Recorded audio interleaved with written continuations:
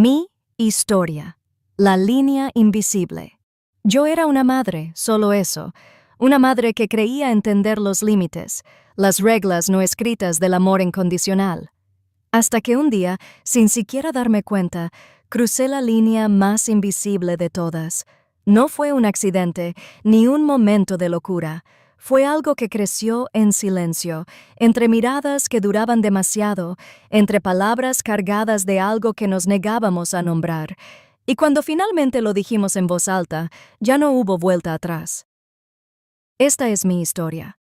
El error que cometí, el dolor que causé y el perdón que sé que nunca podré darme a mí misma. Solía pensar que el amor entre una madre y su hijo era puro, inquebrantable, claro como el cielo después de una tormenta. Pero ahora sé que hay cosas que las palabras no pueden explicar, cosas que crecen en las sombras de los días tranquilos, en esas miradas, en silencios que pesan más que cualquier confesión. Él tenía 23 años cuando las cosas empezaron a cambiar, no solo físicamente, aunque sí. Sí, él había cambiado mucho físicamente también. Se había convertido en un hombre sin que yo lo notara, hombros anchos, una voz profunda, manos fuertes que ya no buscaban las mías para sentirse seguras. Pero era la forma en que me miraba, deteniéndose un segundo más de lo necesario al pasar a mi lado, rozando mis dedos al entregarme una taza de café o una carta del buzón. Pequeños gestos que una vez parecieron naturales, ahora parecían cargados de algo que realmente no podía nombrar. Estaba casada. Había estado casada por casi 30 años. Mi esposo Carlos era un buen hombre, trabajador, tranquilo, leal. Nos conocimos jóvenes y nos amamos intensamente, pero con el tiempo nuestro amor se había desvanecido lentamente como una vela cansada de arder. Éramos compañeros de vida, pero ya no amantes. Hacía mucho tiempo que no dormíamos abrazados, más tiempo aún desde que no escuchaba sus expresiones de afecto en la oscuridad, y aunque nunca me quejé, siempre tuve la sensación de que algo faltaba, algo que ni siquiera sabía que necesitaba hasta que empecé a comportarme así, diferente cerca de él, mi hijo. Mi hijo se llamaba Sebastián. Era nuestro hijo menor, el más sensible, el más cercano a mí. Siempre habíamos sido muy unidos. Incluso después de que se fue de casa para estudiar en otra ciudad, me seguía llamando todas las semanas, enviando mensajes cortos que decían más que 1000 palabras. Te extraño, mamá. A veces era solo una canción que compartía, una foto de la lluvia fuera de su ventana, o una cita que le gustaba.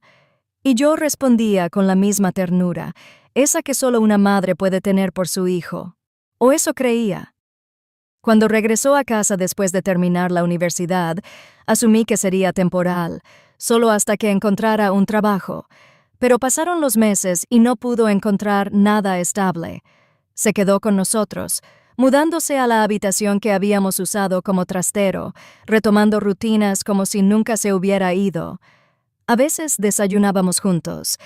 Otras veces salíamos a caminar por el parque mientras mi esposo Carlos estaba en el trabajo. Me gustaba tenerlo cerca, más de lo que debería. Una noche, mientras yo estaba lavando los platos, él entró en la cocina. Llevaba solo una camiseta y pantalones de chándal, su pelo aún mojado de la ducha, oliendo a jabón y a algo más que no pude identificar, pero me hizo detenerme. Había estado haciendo ejercicio. Se ofreció a ayudar y sin decir palabra empezó a secar los platos que yo estaba lavando. Su presencia me parecía reconfortante, familiar. Pero entonces, cuando nuestras manos se rozaron accidentalmente, noté que su respiración cambiaba. Cerró los ojos por un segundo como si estuviera conteniendo algo. ¿Estás bien?, pregunté, tratando de sonar normal. Asintió, pero no me miró. Solo dijo, sí, solo tengo calor. Pero no era una temperatura alta, era tensión. Una tensión que yo también experimenté, aunque me negué a admitirlo. Dios mío, soy su madre. Esa noche no pude dormir. Di vueltas y vueltas, reviviendo su mirada, la forma en que se paraba cerca sin hacer conexión física, como hablaba en voz baja. cómo se inclinaba tan cerca.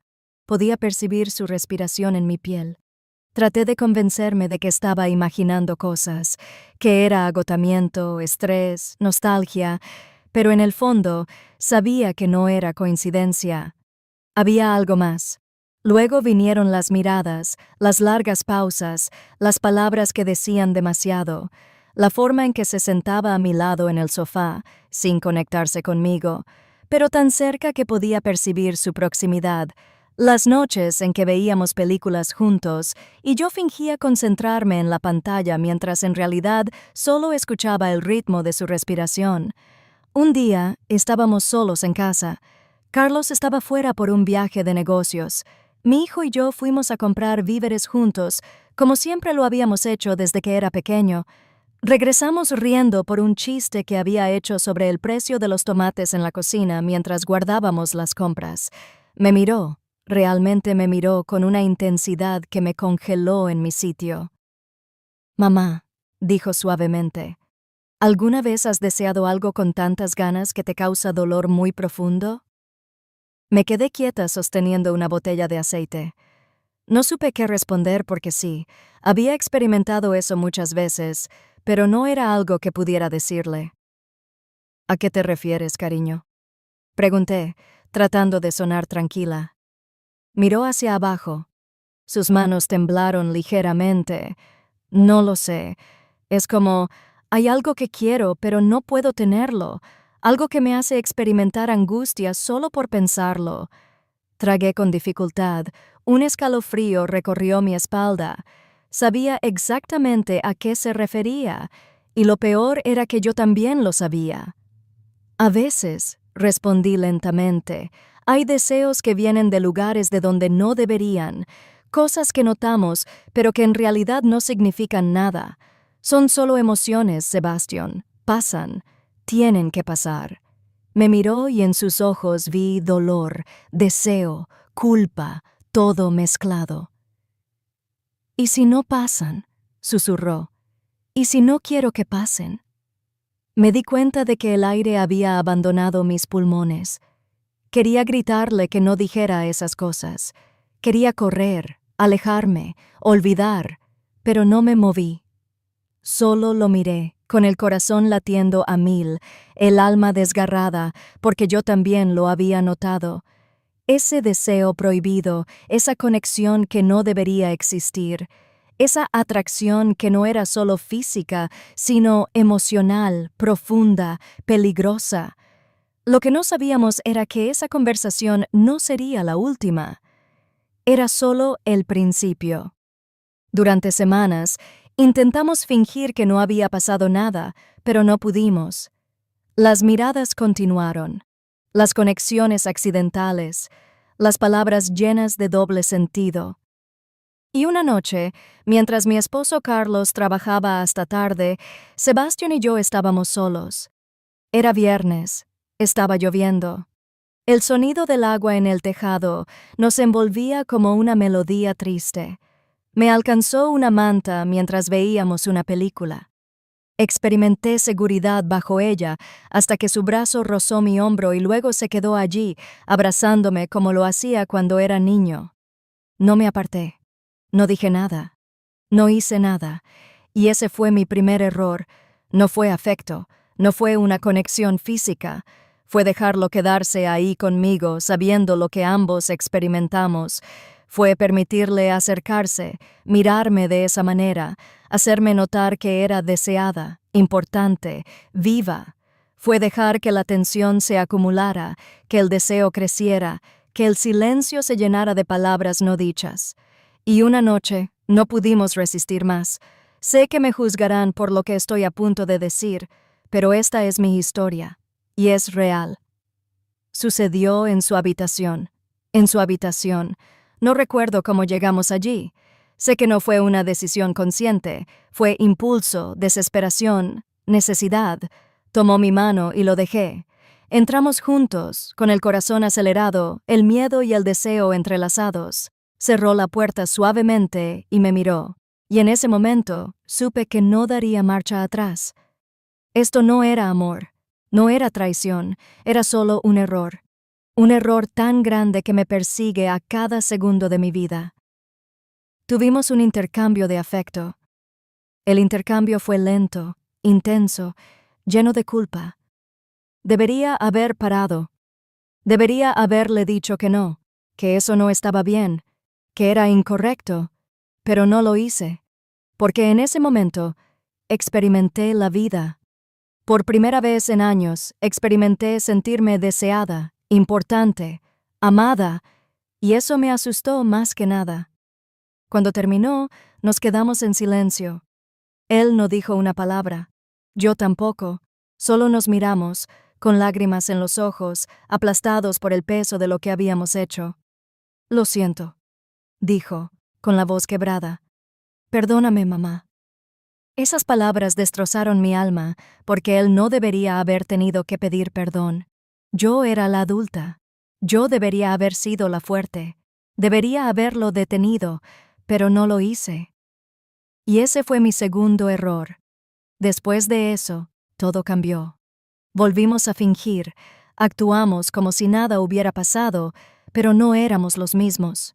Se distanció de mí, empezó a salir más, encontró un trabajo en otro lugar, evitaba mi mirada, y yo solo me quedé allí con el corazón roto, la culpa carcomiendo mi alma cada mañana al despertar. Mi esposo, Carlos, nunca sospechó nada. Nunca supo que había fallado como esposa, como madre, como mujer, pero yo lo sabía, y no había forma de borrarlo. Hoy, años después, vivo con esa carga. Mi hijo Sebastián se fue. Encontró trabajo lejos. No hablamos tanto como solíamos.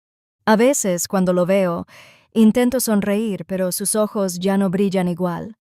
Esa conexión se ha ido, tal vez porque ambos sabemos lo que hicimos, y tal vez en el fondo él también me odia por eso, porque yo me odio a mí misma. Esta no es una historia de amor prohibido que termina con un intercambio de afecto o un adiós apasionado.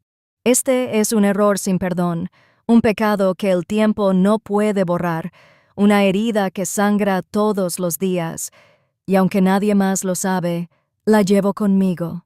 En cada latido, en cada palabra que no digo, en cada mirada que evito porque cometí un error. Uno que nunca podré perdonarme y uno que nunca olvidaré. Si necesitas ayuda con alguna otra parte de tu proceso de escritura o tienes alguna otra pregunta, no dudes en decírmelo.